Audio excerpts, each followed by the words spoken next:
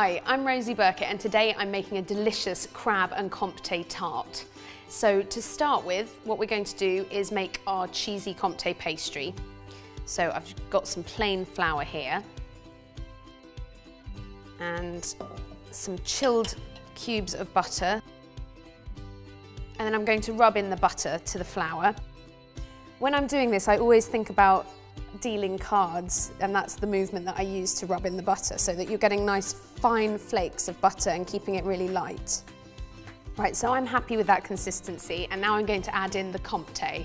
And I'm using the 28-month-old aged Comté here because it's got a real deep, rich, nutty flavour which works really well in the pastry and gives it a lovely savoury, cheesy edge. Just combine that cheese into the flour and butter mixture. And then you want to get a beaten egg. And then that's going into the pastry. Then add in around 2 tablespoons of ice cold water.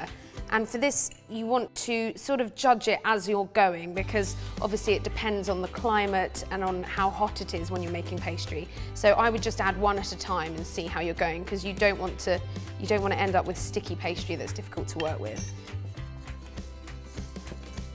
You want to get in there with your hands to bring the pastry together. Already this pastry is smelling really good with all the cheese.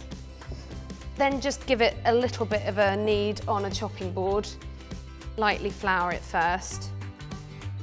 And then you need to chill it in the fridge. Now I like to wrap it in greaseproof paper rather than cling film because it doesn't sweat as much, it keeps it nice and dry. So pop this in the fridge for about an hour. So it's ready to roll out now. A good tip is to roll it in one direction and then to rotate the pastry so that you're rolling it evenly. So when it's about sort of pound coin thickness, you can start cutting out your rounds to line the tin. So I just cut around a bowl that's a little bit bigger than my tart tin. Like that. And then just drop the pastry into the tin. And what you do is sort of tuck it in so that you're not stretching it in any way. So tuck and then press. And if you do break your pastry, don't freak out because this pastry is quite easy to work with and you can always patch it up with another piece. And then you want to fill them with baking beans. So get some squares of greaseproof paper, and then a good trick is to just scrunch them up and then unscrunch them. And this just means that they're going to get into all of the nooks and crannies of the tart tin.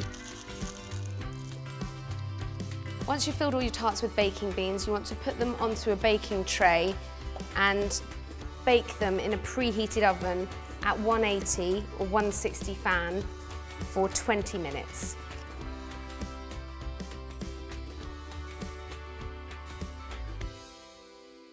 And after 20 minutes, just take your baking beans and the paper out of the tart tins. Keep the oven on because you're going to put them back in. And then you just want to prick the bottom of the pastry so that it doesn't puff up. And then these want to go back in the oven for 5 more minutes just to crisp up the bottoms. Now we're going to use one of my favourite ingredients for the filling, fennel. And what you need to do is just cut the fronds off because we're going to save these lovely fronds for the garnish. Once you've chopped your fennel, get a pan and put it on a medium to high heat with about a tablespoon of olive oil. And then in the pan with your fennel. Season it with salt and pepper. And just cook this for about 3 minutes. While your fennel's cooking, don't forget to take your pastry cases out of the oven because they'll be ready now. After about 3 minutes, you want to add some lemon zest into the mix. So just grate the zest of about half a lemon over the fennel and add a pinch of chili flakes and a little pinch of fennel seeds as well. And then cook it all together for about 5 more minutes until the fennel is sweetened and caramelised and smelling really good. And then you want to add just a squeeze of lemon juice to the fennel. And then it's time for the secret ingredient, a nip of brandy. So about 2 teaspoons of brandy in here to deglaze. That alcohol will cook off almost immediately, and then it's ready to come off the heat. And then you just want to chop up a spring onion to also go into the mix. And then we're going to make the custard. So 4 eggs and about 300 grams of creme fraiche. Season this with some salt and freshly ground black pepper again.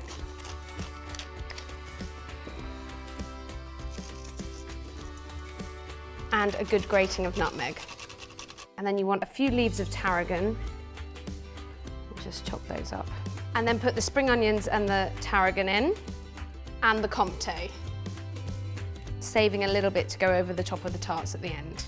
And then combine it with a wooden spoon. And now the custard's ready, it's time to fill the tarts. So first I'm going to get my crab meat. I've got a lovely dressed crab here, and I'm just going to use most of this meat here. I'm not going to use all of the brown meat, but I do like to use some of it for flavour because it's got a lovely nutty flavour that goes really well with the cheese. Give it a squeeze of lemon. Just combine it all together.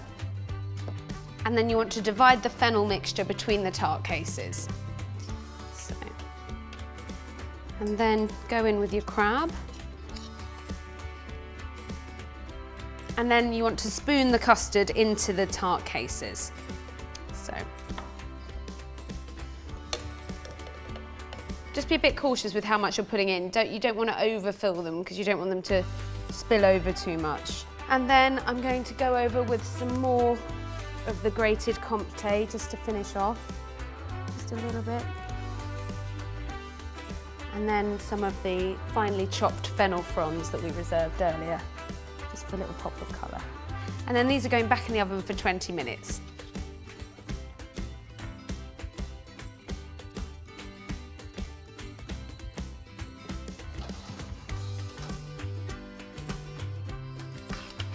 So once the tarts have been cooling for about 10 minutes, they're ready to serve. And you could just have one as a lunch, or they make a perfect dinner party starter. I'm going to serve them on this platter with some lovely colourful salads. They smell amazing. And that's it. I hope you enjoy this recipe. I think that the crab and the Comté and the caramelised fennel work really beautifully together. And it's a bit of a taste sensation. So it's definitely one to try out for your friends.